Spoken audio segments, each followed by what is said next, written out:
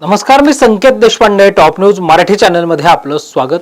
मागच्या अनेक दिवसांपासून महाराष्ट्राला परिचित झालेलं नाव अर्थातच सतीश भोसले उर्फ खोक्याबाई. या खोक्याच्या समर्थनासाठी अगोदर त्याची भाची समोर आली होती. त्याच्या भाचीने प्रतिक्रिया देत आपल्या मामावर खोटा गुन्हा दाखल झालाय असं म्हटलं होतं. मात्र आता त्याच्या पत्नीने देखील या सगळ्या अनुषंगाने प्रतिक्रिया दिलेली आहे. तेजू सतीश भोसले ही खोक्याबाईची पत्नी, ज्यांनी स्पष्ट सांगितलेलं आहे की ढाकणे कुटुंबाने रानडुक्कर पकडण्यासाठी या खोक्याबाईला सोबत नेलं होतं. तर रील टाकण्यासाठी, लाईकसाठी आम्ही रील टाकले, त्याच्यासाठी आम्ही मुकादमाकडून पैसे आणले. नेमकं या खोक्याबाईच्या पत्नीने नेमके काय खुलासे केलेले आहेत? पहिल्यांदाच माध्यमासमोर आलेल्या या खोक्याबाईच्या पत्नीने अनेक मोठे खुलासे जे आहेत ते केलेले आहेत. हे सगळे खुलासे कोणते आहेत या सगळ्या अनुषंगाने आपण चर्चा करणार आहोत. आणि या चर्चेत माझ्यासोबत असणार आहे माझी सहकारी समृद्धी जाधव. समृद्धी, खोक्याची भाची खरं तर पहिल्यांदा माध्यमांसमोर आली आणि आता पहिल्यांदाच या सगळ्या प्रकरणानंतर खोक्याच्या पत्नीने समोर येत एक नवनवीन खुलासे केलेले आहेत. नेमकं खोक्याची पत्नी काय म्हटली? संकेत, तू म्हणालास तसं मला असं वाटतं की खोक्याबाईच्या समर्थनार्थ आता घरातल्या ज्या महिला आहेत त्या पुढे आलेल्या पाहायला मिळतात. कारण सगळ्यात पहिली प्रतिक्रिया ही त्याच्या बहिणीने दिलेली होती, त्यानंतर भाचीने प्रतिक्रिया दिली आहे आणि आता थेट पत्नीच पहिल्यांदा समोर आलेली पाहायला मिळते. त्याच्या पत्नीचं थेटपणे असं म्हणणं आहे की हा जो काही गुन्हा दाखल झाला हा खोटा गुन्हा आहे, माझ्या पतीला खोट्या गुन्ह्यामध्ये अडकवलं जात आहे असं म्हणताना ही महिला पाहायला मिळते. त्याचबरोबर अनेक प्रश्न खरं तर या सगळ्याच माध्यमांनी तिला विचारले होते. त्या प्रश्नांवरती सुद्धा तिने अनेक वेगवेगळी उत्तर दिलेली पाहायला मिळतात. ज्या ठिकाणी खरं तर सगळ्यात महत्त्वाचा प्रश्न मला यातला असा वाटतो तो म्हणजे खोक्याबाईच्या घरावर झालेली अतिक्रमणाची कारवाई.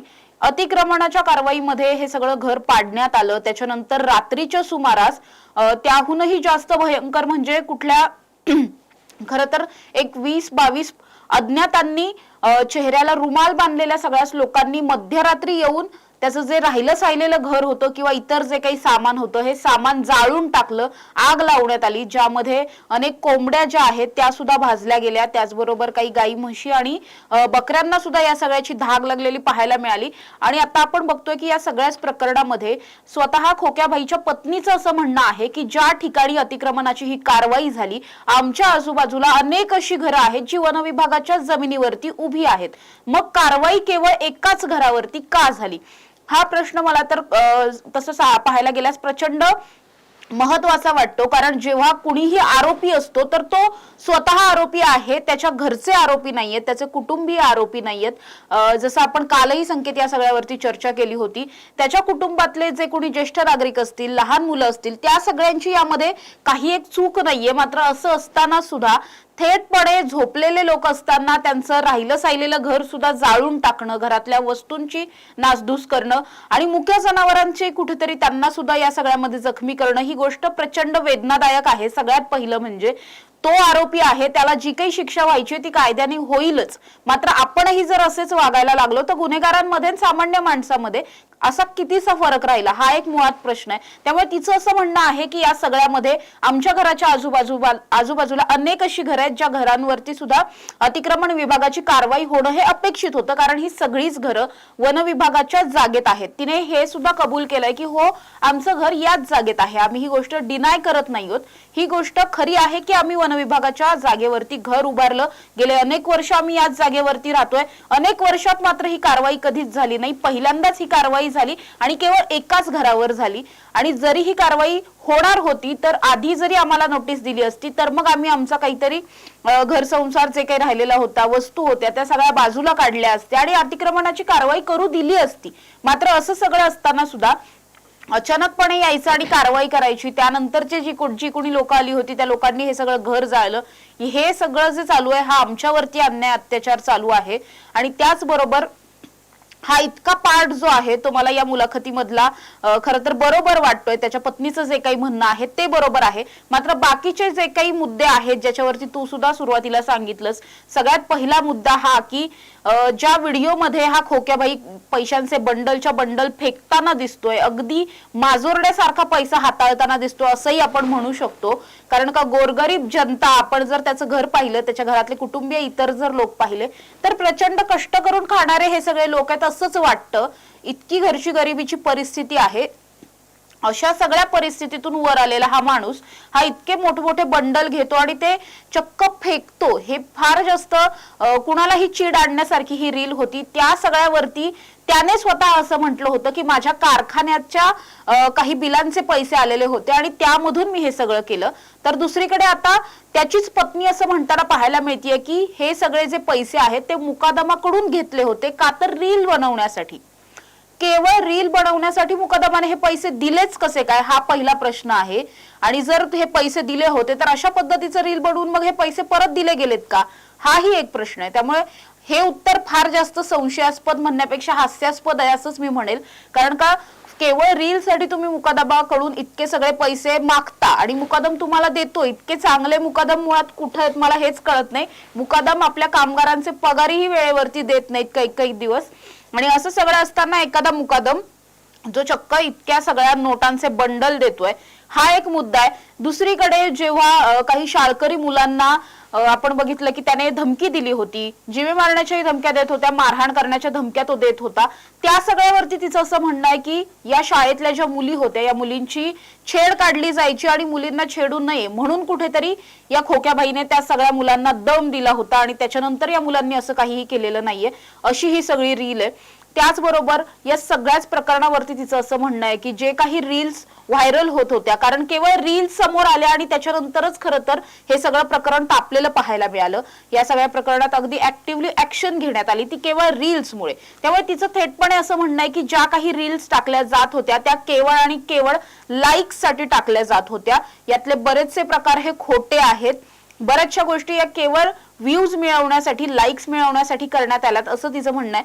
हे म्हणणंही तसं फार जास्त संशयास्पद वाटतं, कारण लाईकसाठी म्हणण्यापेक्षा दहशत निर्माण करण्यासाठी हे सगळं केलं जात होतं असं जास्त जरा प्रकर्षाने जाणवतंय. त्यामुळे एकंदरीत ही सगळीच जर मुलाखत पाहिली खोक्याबाईच्या पत्नीची तर अगदीच काही पार्ट त्यातला जो आहे तो कुठल्याही सर्वसामान्य माणसाला खरा वाटू शकतो किंवा आपल्यालाही तिच्या ज्या काही भावना आहेत त्या समजता येऊ शकतात. मात्र बाकीची जर उत्तरं पाहिली किंवा इतकं म्हणजे आपला नवरा किती साधा भोळा आणि गरीब भाबडा आहे असं सांगण्याचा, असं दाखवण्याचा जो काही एक प्रयत्न झाला तसाच प्रयत्न त्याच्या बहिणीकडून झाला, त्याच्या भाचीकडून झाला आणि आता चक्क आपण बघतोय की पत्नीकडून होतोय. उद्या उठून आणखी कुणीतरी आई वगैरे अशा सुद्धा महिला समोर येतील आणि या सगळ्याच मिळून कुठेतरी सिंपती गेम खेळण्याचा प्रयत्न केला जातोय का असंही वाटतंय. आणि या सगळ्या जर मुलाखती आपण पाहिल्या या तेजू सतीश भोसले या महिलेच्या, त्यामधला सगळ्यात महत्वाचा पॉइंट मला संकेत असं वाटतं की या महिलेने स्पष्टपणे असं म्हटलंय की आमच्यावरती जो अन्याय अत्याचार होत आहे तो रोखण्यासाठी मी स्वतः सुरेश धस यांची भेट घेणार आहे. आणि हेच कदाचित मला या सगळ्या मुलाखतीमधलं सगळ्यात महत्वाचं गोष्ट असं वाटते. समृद्धी, एकीकडे काल खोक्याच्या पत्नीने दिलेली प्रतिक्रिया, त्याच्या अगोदरच सुरेश धसांनी डिक्लेअर देखील करून टाकलं की खोक्याचं घर पाडण्यासाठी वन विभागाच्या अधिकाऱ्यांनी घाई केली, आपण स्वतः खोक्याच्या परिवाराला भेटणार आहोत. आणि अवघ्या काही वेळामध्ये सुरेश धस आणि खोक्याच्या परिवाराची जी आहे ती भेट देखील होणार आहे. संकेत, नक्कीच या सगळ्या प्रकरणामध्ये सुरुवातीपासूनच सुरेश धसांची भूमिका ही खूप जास्त संशयास्पद वाटत होती. कारण सुरेश धसांचा हा प्रचंड कट्टर कार्यकर्ता आहे. धस कुठल्याही पक्षात गेले, त्यांनी काहीही केलं तरी सुद्धा धस साहेब आमचे मुख्यमंत्री होणारच, त्यांना आम्ही मुख्यमंत्री करणार, अशा सगळ्या भावना व्यक्त करणारा हा कार्यकर्ता आहे. या कार्यकर्त्याच्या जेव्हा रील्स व्हायरल झाल्या, त्याचे हे सगळे मारहाणीचे व्हिडिओ समोर आले, गुन्हा दाखल झाला, त्यानंतर मात्र सुरेश धस कुठेतरी थोडेसे जे त्यांचा ऍक्टिव्हनेस होता तो कमी झालेला पाहायला मिळाला. जे सुरेश धस सुरुवातीपासून प्रचंड आक्रमकपणे संतोष देशमुख हत्या प्रकरणात बोलत होते ते सुरेश धस अचानकपणे प्रचंड शांत झालेले पाहायला मिळाले. किंवा सतीश भोसले प्रकरणावरती काहीही विचारलं तरी ते एकच सांगायचे की नाही नाही त्यांनी चूक केली असेल तर त्याच्यावरती गुन्हा दाखल होईल, त्याच्यावरती कारवाई होईल असंच सांगत होते. मात्र ठामपणे काही सांगताना ते पाहायला मिळत नव्हते. आता या प्रकरणात मात्र जेव्हा त्याचं घर जाळलं गेलं त्यानंतर सुरेश धसांचं जे स्टेटमेंट आलं की अतिक्रमण विभागाची कारवाई ही फार जास्त घाईघाईने झालीये, एखाद्याचं घर जाळणं हे चुकीचंच आहे, मात्र अतिक्रमण विभागाने ही कारवाई इतक्या घाईत करायला नको होती. सगळ्यात महत्वाचं म्हणजे वन विभागाच्या जमिनीवर हे घर आहे हे वन विभागाला माहित नव्हतं का? हा पहिला प्रश्न मला असं वाटतं की दोन्ही बाजू आपण समजून घेणं गरजेचं आहे. जेव्हा एखाद्या आरोपीची पार्श्वभूमी समोर आली आहे किंवा त्याचा एखादा गुन्हा समोर आला आणि त्यानंतर तुम्ही चौकशी करताय, मग तुम्हाला कळतं की त्याचं घर हे अनधिकृत आहे आणि मग तुम्ही ते पाडायला जाताय. मग आतापर्यंत इतके वर्ष तुम्ही झोपला होतात का? त्याच ठिकाणी इतकी सगळी घरं आहेत, त्याचंही घर आहे, इतके सगळे लोक त्या ठिकाणी राहत आहेत, त्यांची आयुष्य त्या ठिकाणी चालली आहेत आणि तुम्हाला आता अचानक कशी काय जाग आली की त्या ठिकाणी अतिक्रमणाची कारवाई करावी किंवा ही जमीन वन विभागाची आहे हे तुम्हाला आत्ताच कसं काय कळलं? हा सगळ्यात महत्वाचा प्रश्न आहे. त्यामुळे यामध्ये वन विभागाची सुद्धा तितकीच आपण म्हणू शकतो की हलगर्जीपणा किंवा ज्याला आपण दुर्लक्ष करणं असं म्हणतो ना, दुर्लक्षच करण्यात आलं होतं इतक्या दिवसांपासून. आणि आता एखाद्या जेव्हा आरोपीचा एखादा गुन्हा समोर आला आणि त्याच्यानंतर तुम्ही एकदम तडकाफडकी कारवाई करता. बरं, त्याच्या पत्नीचंही असंच म्हणणं आहे की आम्हाला कुठलीही नोटीस दिलेली नव्हती. एक माणूस म्हणून जर आपण पाहायला गेलो तर आपल्या संविधानानुसार प्रत्येकालाच हक्क आहेत, अधिकार आहेत. त्यांच्या अधिकारानुसार त्यांना एक नोटीस देणं कायद्याच्या नुसार हे बरोबर होतं. तेच अपेक्षित होतं की सुरुवातीला एक नोटीस जाणं, त्या नोटिसीनंतर जर त्यांनी त्यांचं सामान हलवलं नसतं तर मग तुम्ही ही सगळी कारवाई करणं अपेक्षित होतं. मात्र असं कुठलंही काही झालेलं नाही आणि थेटपणे कारवाई केली गेली. त्यामुळे सुरेश धसांनी सुद्धा कालच हे डिक्लेअर केलं होतं की मी लवकरच त्यांच्या कुटुंबियांची भेट घेणार आहे आणि खरं तर आजच ही भेट होण्याची शक्यता सुद्धा आहे. संकेत, जसं तू म्हटलास तसं पुढच्या काही तासांमध्येच कदाचित या सगळ्यामध्ये सतीश भोसलेची जी पत्नी आहे, कुटुंबीय आहेत, त्यांची भेट सुरेश धस घेणार आहेत, स्वतः त्या ठिकाणी जाऊन घेणार आहेत. हे सगळ्यात जास्त महत्वाचं आहे. कार्यकर्ता आहे हे कुठे ना कुठे आपल्याला एक थोडंसं एक इमोशनल अटॅचमेंट म्हणतो ना संकेत, ती दिसून येते की स्वतः या कार्यकर्त्याचं घर पाडल्यामुळे, जाळल्यामुळे सुरेश धस स्वतः त्या ठिकाणी जाऊन भेट देणार आहेत. जे सुरेश धस थोडासा त्याच्या डोक्यावरून हात काढून घेतलाय खोक्याच्या असं ते दाखवत होते की मीच त्याच्यावरती 2दा गुन्हे दाखल करायला सांगितलेत, तो चुकीचं करत असेल तर होऊ देत त्याला शिक्षा, असं म्हणत होते. मात्र आता जेव्हा त्याच्या घरापर्यंत आले त्यावेळेस मात्र ते स्वतः त्या ठिकाणी जाणार आहेत. अर्थात कुटुंबियांच्या बाजूने जर आपण समजून घ्यायला गेलो तर ही गोष्ट बरोबर आहे, कारण ते सुद्धा या प्रकरणामधले पीडित आहेत. त्यांची जनावरं या सगळ्यामध्ये दगावलेली आहेत, काही महिलांनाही मारहाण झाल्याचं सांगितलं जात आहे. त्यामुळे या सगळ्यामध्ये सुरेश धसांनी भेट घेतल्यानंतर नेमकं या भेटीत काय होतंय हे पाहणंच खूप जास्त महत्वाचं असणार आहे. समृद्धी, खोक्याचं घर वन विभागाने पाडल्यानंतर 2 मतप्रवाह जे आहेत ते या सगळ्यामध्ये समोर आले. एक तर समर्थन करणारा होता आणि दुसरा जो आहे तो अंजली दमानिया किंवा करुणा शर्मा मुंडे यांचा असेल की ज्यांनी अशी मतं व्यक्त केली होती की जी तत्परता खोक्याचं घर पाडण्यासाठी संबंधित प्रशासनाने दाखवली तीच संतोष देशमुख हत्या प्रकरणातील वाल्मिक कराड, विष्णू चाटे आणि सुदर्शन घुलेच्या बाबतीत दाखवली जाईल का? मात्र या सगळ्या इंटरव्ह्यूच्या अनुषंगाने हा एक प्रश्न निर्माण होतो. आणि दुसरा विषय असा की सतीश भोसलेंची जी पत्नी आहे तिने आणखीन एक खुलासा असा केलाय की हे जे ढाकणे परिवार आहे यांनीच खोक्याला रानडुक्कर पकडण्यासाठी बोलवलं होतं, मग तो कसा काय मारहाण करेल? नक्कीच हा पण मुद्दा संकेत खूप जास्त महत्वाचा आहे. जसं तू सांगितलंस तसं या सगळ्या प्रकरणामध्ये सुरुवातीपासून ढाकणे पिता पुत्र जे आहेत ते कुठेतरी पीडित आहेत हे सगळ्यांना वाटत होतं. मात्र या प्रकरणात हळूहळू खुलासे होताना पाहायला मिळतात. जसं तिने सांगितलं तसं रानडुक्कर पकडण्यासाठी स्वतः ते घरी येऊन सतीश भोसलेला सोबत घेऊन गेले होते असं या महिलेचं म्हणणं आहे. मग तसं जर झालं असेल, त्याचबरोबर ती असंही म्हणतीये की आमच्या घरातल्या महिलांची छेड काढली गेली तरीही आम्ही शांत राहिलो. त्याचबरोबर आमच्याच कुटुंबातील एका तरुणाच्या डोक्यामध्ये तलवारीने वार करण्यात आला, मारहाण करण्यात आली, तरीही आम्ही शांत राहिलो होतो. मग माझ्या पतीने मारहाण केलीच कशी, असा ती एक प्रश्न उपस्थित करताना पाहायला मिळते. अर्थात या प्रकरणामध्ये सतीश भोसले काय म्हणतोय, त्याची पत्नी काय म्हणते, यांच्या स्टेटमेंटमध्ये थोडंफार कमी जास्त माहिती इकडे तिकडे होताना पाहायला मिळते. मात्र जर ही माहिती खरी असेल तर या दृष्टिकोनातून सुद्धा तपास होणं तितकंच गरजेचं आहे. जे आरोपी असतील त्या सगळ्यांवरच शिक्षा झाली पाहिजे. मग तो सतीश भोसले असेल किंवा ढाकणे असतील, कुणीही असलं तरी त्यांना शिक्षा ही झालीच पाहिजे. याच मताचे आपणही असायला हवं. कारण जर आपण पाहिलं तर कायदा हा सगळ्यांसाठी सारखा आहे. एखादी व्यक्ती ही पीडित आहे एखाद्या प्रकरणामध्ये म्हणजे ती दुसऱ्या प्रकरणामध्ये पीडितच असेल असं नसतं, किंवा एखादी व्यक्ती पीडित आहे याचा अर्थ ती परत कधी जाऊन गुन्हेगार होणार नाही असंही नसतं. त्यामुळे ऍट अ सेम टाइम आपण असं म्हणू शकतो की ढाकणे पिता पुत्र हे जर पीडित असतील, त्यांना खरंच मारहाण जरी झाली असेल तरी या मारहाणीच्या आधी नेमकं काय घडलं होतं, या आधीच्या सगळ्या प्रसंगामध्ये त्या घटनाक्रमामध्ये नेमका सतीश भोसले गुन्हेगार आहे की मग ढाकणेच गुन्हेगार आहेत हे सुद्धा जाणून घेणं तितकंच गरजेचं आहे. मात्र हा संपूर्ण जर इंटरव्ह्यू पाहिला संकेत तर कुठेतरी ही महिला जी आहे, ज्या पद्धतीचे स्टेटमेंट तिच्या पतीने आधीच दिले होते, जेव्हा त्याने सुद्धा फरार असताना एका चॅनलला मुलाखत दिली होती, त्या मुलाखतीत त्याने जे जे काही म्हटलं होतं तशाच पद्धतीची सेम टू सेम उत्तरं या महिलेने सुद्धा आता दिलेली पाहायला मिळत आहेत. त्यामुळे कुठेतरी हे ठरवून मग असं काहीतरी मीडिया ट्रायल्स घेतल्या जात आहेत का, किंवा मग एक नरेटिव्ह सेट करण्यासाठी हे सगळं चालू आहे का, असा एक प्रश्न उपस्थित नक्कीच होतोय. दुसरी गोष्ट अशी की हा प्रश्न खूप जास्त महत्वाचा वाटतोय की जेव्हा एखादा गंभीर स्वरूपाचा आरोपी आहे, वाल्मिक कराड आहे, विष्णू साठे, सुदर्शन घुले असेल, हे पण त्याच भागात राहणारे आहेत, त्यांचीही तिथेच घर आहेत, त्यांचे कुटुंबीय निर्धास्तपणे राहत आहेत. आतापर्यंत संकेत वाल्मिक कराडच्या कुटुंबियांपैकी कुणीही समोर आलेलं नाहीये. केवळ एकदा आंदोलन केलं तेवढंच. त्या व्यतिरिक्त यांच्या कुटुंबियांपैकी कधी कुणीही समोर आलेलं नाहीये, एक शब्दही बोललेले नाहीयेत, ना त्यांची पाठराखण केलीये, ना त्यांचा विरोध केलाय, काहीही केलेलं पाहायला मिळत नाहीये. जरी हे लोक आता तुरुंगात असले तरी सुद्धा त्यांचे कुटुंबीय अगदी खुशाल जगताना आपल्याला पाहायला मिळत आहेत. पण दुसरीकडे हा जो खोक्याबाई आहे तो मला असं वाटतंय की इतका मोठा गुन्हेगार तो नाहीये, या बाकीच्यांच्या स्वरूपात हा तसा छोटा गुन्हेगार आहे. आणि त्याचबरोबर पाहायला गेलं तर कुटुंबीय किंवा एकंदरीत जर त्याची बॅकग्राऊंड पाहिलं तर तसे सर्वसामान्यच कुटुंब आहे. त्यामुळे कुठेतरी या लोकांना जास्त टार्गेट केलं जात आहे का, हा सुद्धा प्रश्न तितकाच महत्वाचा आहे.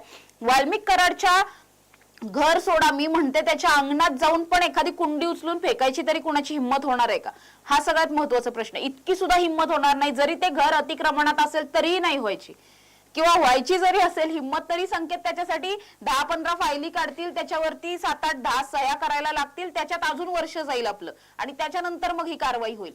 पण ज्या ताकदीने आणि जितक्या तातडीने ही कारवाई खोक्याबाईच्या घरावर झाली तशी इतर गुन्हेगारांच्या घरावरती कधी होते का, तर कधीच होत नाही. मग याच्याच घरावरती ती तितक्या ताकदीने आणि तातडीने का झाली, हा सुद्धा प्रश्न महत्वाचा आहे. तेही जाणून घेणं गरजेचंच आहे, कारण त्याचे कुटुंबीय ही अगदी सर्वसामान्यच आहेत. त्याने जो गुन्हा केलाय त्याची शिक्षा इतरांना मिळता कामा नये. आपल्या कायद्यातही असंच म्हटलेलं आहे की जरी 100 जण निर्दोष सुटले तरी चालतील, गुन्हेगार असतील ते सुटले तरी चालतील, पण एखाद्या कुठल्याही निर्दोष व्यक्तीला या सगळ्यामध्ये कुठल्याही प्रकारची शिक्षा होता कामा नये, तो या कायद्याच्या कचाट्यात अडकता कामा नये. त्यामुळे एक गुन्हेगार आहे तो म्हणजे सतीश भोसले. केवळ सतीश भोसलेची शिक्षा त्याच्या कुटुंबियांना, घरातल्या लहान मुलांना, ज्येष्ठ नागरिकांना देणं हे कितपत योग्य आहे हे समाजाने सुद्धा समजून घेणं थोडंसं गरजेचं आहे. जी कोणी ही 15-20 माणसं आली होती, जी मध्यरात्री तोंड बांधून, रुमाल वगैरे बांधून आले होते आणि मग जाळपोळ करून निघून गेले, हे नेमके कोण होते हे सुद्धा जाणून घेणं तितकंच गरजेचं आहे. कारण आता सध्या जर आपण पाहायला गेलं तर या प्रकरणामध्ये खोक्या भोसलेचं कुटुंबही थोडंफार आपल्याला पीडितच असल्याचं पाहायला मिळतंय. कारण बाकीचं जे काही त्याच्या कुटुंबाबरोबर घडलंय, मी हे बोलतेय ते केवळ कुटुंबाबद्दल बोलतेय, खोक्या भोसलेबद्दल अजिबात बोलत नाहीये. त्याने गुन्हा केलेलाच आहे हे उघड उघड दिसून येत आहे. आणि त्याचबरोबर त्याची इतर जर आपण प्रकरणं बघितली, म्हणजे जनावरांच्या हत्या वगैरे, हे सगळं जर पाहिलं तर त्याला 200% शिक्षा ही झालीच पाहिजे. मात्र त्या सगळ्यामध्ये निर्दोष असलेल्या त्याच्या कुटुंबियांना कुठलीही शिक्षा होऊ नये किंवा अशा पद्धतीच्या अत्याचाराला सामोरं जावं लागू नये, असंच सध्या मला तरी वाटतंय. समृद्धी, या सगळ्या प्रकरणामध्ये खोक्याकडनं कुठेतरी एक सिंपत्ती गेम जो आहे तो खेळणं सुरू आहे असं दिसतंय. कारण अगोदर त्याच्या भाचीने समोर येऊन प्रतिक्रिया देणं, बहिणीने प्रतिक्रिया देणं, आणि आता थेट पत्नीनेच समोर येऊन प्रतिक्रिया देणं.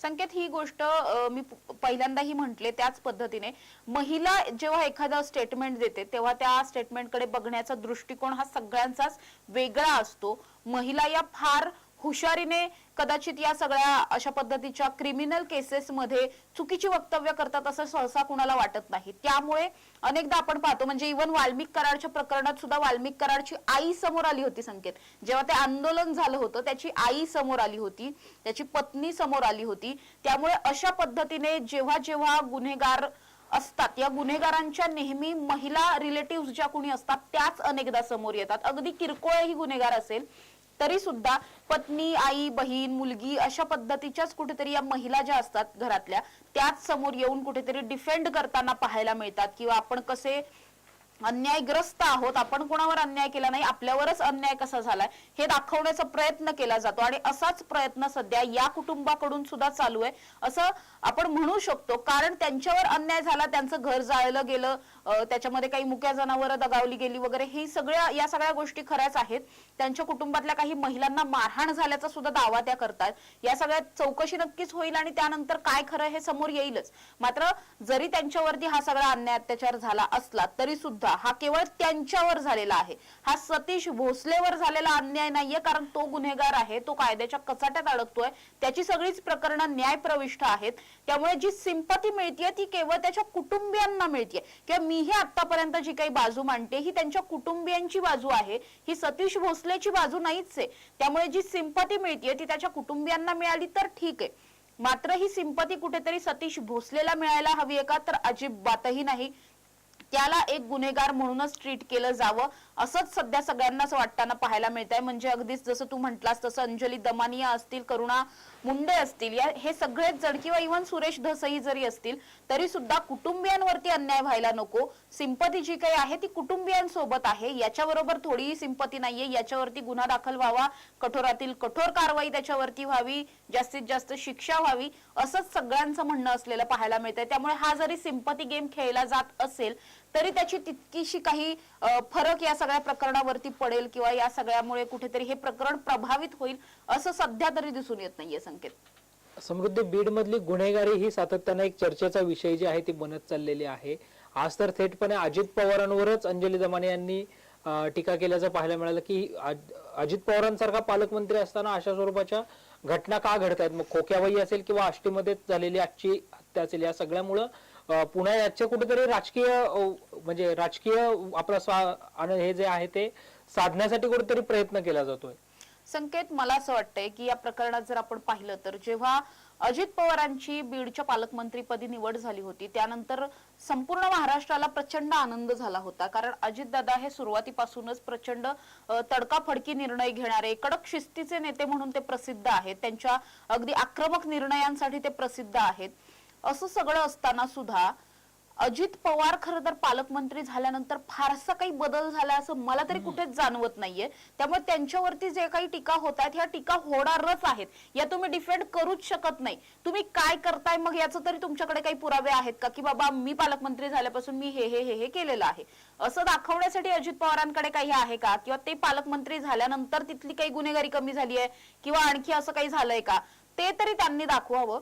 अर्थात पालकमंत्री ते झालेत हे अगदी केवळ 1-1.5 महिन्यांचीच ही गोष्ट आहे. 1-1.5 महिन्यात काही सगळ्या गोष्टी बदलणार नाहीयेत. मात्र तरीही पालकमंत्री जेव्हा अजित पवार झाले त्यानंतर कुठेतरी एक बीडच्या जिल्हा प्रशासनावरती एक त्यांचा वचक असेल असं सगळ्यांनाच वाटत होतं. थोड्याशा सगळ्यांच्याच नाड्या आवळल्या जातील आणि मग कुठेतरी सगळे धागेदोरे अजितदादांच्या हातात असल्यामुळे मग त्यांना ज्या पद्धतीने पाहिजे त्या पद्धतीने तिथलं कामकाज चालेल असं सगळ्यांना वाटत होतं. मात्र तसं होताना आता तरी दिसत नाहीये संकेत. पुण्याचेही पालकमंत्री आहेत अजित पवार, मात्र पुण्यात ते जितक्या आक्रमकपणे काम करतात तितक्या आक्रमकपणे बीडमध्ये काम करत नाहीयेत असं तुला वाटतंय का? पण या प्रकरणात निश्चितच समृद्धी, आपण जर पाहिलं तर अजित पवारांनी बीडचे पालकमंत्री म्हणून पदभार स्वीकारल्यानंतर एक फक्त आठवणारी घटना अशी आहे की मध्यरात्री जाऊन त्यांनी बीडच्या कलेक्टरची घेतलेली भेट आणि त्या भेटीनंतर कलेक्टरनी 2000 वाळू माफियांना पाठवलेल्या नोटिसा, त्याच्यासाठी 9000 फाईल्सवर केलेल्या सह्या, किंवा मग अगदी बीडच्या डीपीडीसीची बैठक घेऊन मुंबईत परतल्यानंतर बीडची प्रशासकीय कामांची चौकशी जी आहे, म्हणजे धनंजय मुंडेच पालकमंत्री असताना झालेल्या कामांची साधारणतः 822 पर्यंत 22 ते 857 कोटी रुपयांपर्यंतच्या कामांची चौकशी धाराशिवच्या उपजिल्हाधिकाऱ्यांच्या अध्यक्षतेखाली त्रिसदस्यीय समिती स्थापन करून करणं असेल. एवढ्या 2 गोष्टी जर आपण सोडल्या तर बीडच्या गुन्हेगारीचे रोज एक नवनवीन गोष्टी ज्या आहेत त्या समोर येताना पाहायला मिळत आहेत. मग अगदी संदीप क्षीरसागर, अगदी लोकप्रतिनिधी सुद्धा त्याला अपवाद आता राहिलेले नाहीत. जसं की संदीप क्षीरसागरांनी महिला नायब तहसीलदाराला दिलेली धमकी असेल किंवा अजित पवारांच्याच राष्ट्रवादी काँग्रेस पक्षाचे माजलगावचे आमदार असणाऱ्या प्रकाश सोळंकींचे कार्यकर्ते सुशील सोळंकीनं दुकानात जाऊन घातलेला हायदोस असेल, मारहाण केलेले प्रकरण असेल किंवा सुरेश धसन, तर 2 प्रकरणांमुळे, एक हा खोक्याबाई आणि दुसरा तो आशिष विशाळच्या प्रकरणामुळे जे आहेत ते चर्चेत आल्याचं पाहायला मिळतंय. त्यामुळे अजित पवारांनी बीडचं पालकमंत्री पद स्वीकारताना अजित पवारांकडनं अगदी राजकीय लोकांपासून सामान्य नागरिकांपर्यंत ते अगदी बीडच्या रहिवाशांनी सुद्धा बीडचा जो रक्तरंजित गुन्हेगारीचा पॅटर्न आहे तो बदलून बारामती ज्या पद्धतीने अजित पवारांनी डेव्हलप केली तो बारामतीचा हरित पॅटर्न डेव्हलप करावा अशीच अपेक्षा व्यक्त केली होती. 18 जानेवारीला समृद्धी पालकमंत्री पदाची घोषणा झाली. त्यानंतर जर आपण पाहिलं तर फेब्रुवारी महिन्यातली डीपीडीसीची बैठक सोडली तर अजून अजित पवारांचा बीडमध्ये दौराच एकही झाला नाही असं देखील आपण म्हणू शकतो. तसं मधल्या काळातले अधिवेशन किंवा या सगळ्यातला अपवाद आपण एक सोडून देऊ. मात्र आता अधिवेशन सुरू झालंय. या अगोदर सुद्धा अजित पवारांकडनं बीडचा दौरा झाला नाही. पुण्यात 2 ते 3 वेळा मधल्या काळामध्ये अजित पवारांचा दौरा झाला.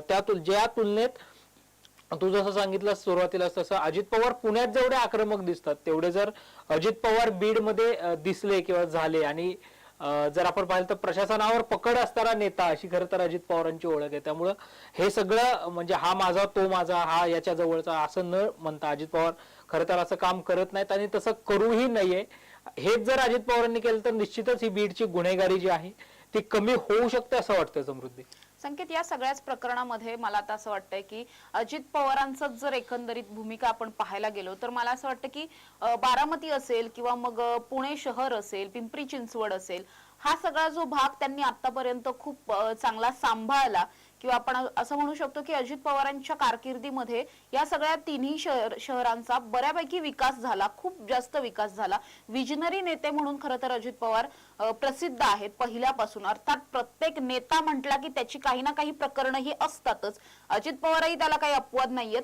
तसं जरी असलं तरीही एक नेता म्हणून, लोकनेता म्हणून जर पाहायला गेलं तर अर्थातच इतक्या वर्षांपासून जनतेतून निवडून येणारे ते नेते आहेत. अर्थात काही ना काही काम केल्याशिवाय कुणी इतके वर्ष सलग जनतेतून निवडून येत नसतं आणि तेही इतक्या मोठ्या मार्जिनने, लाख लाख 1.5 लाखाने अजित पवार नेहमी निवडून येतात. त्यामुळे अर्थात त्यांचं कामही तसंच आहे.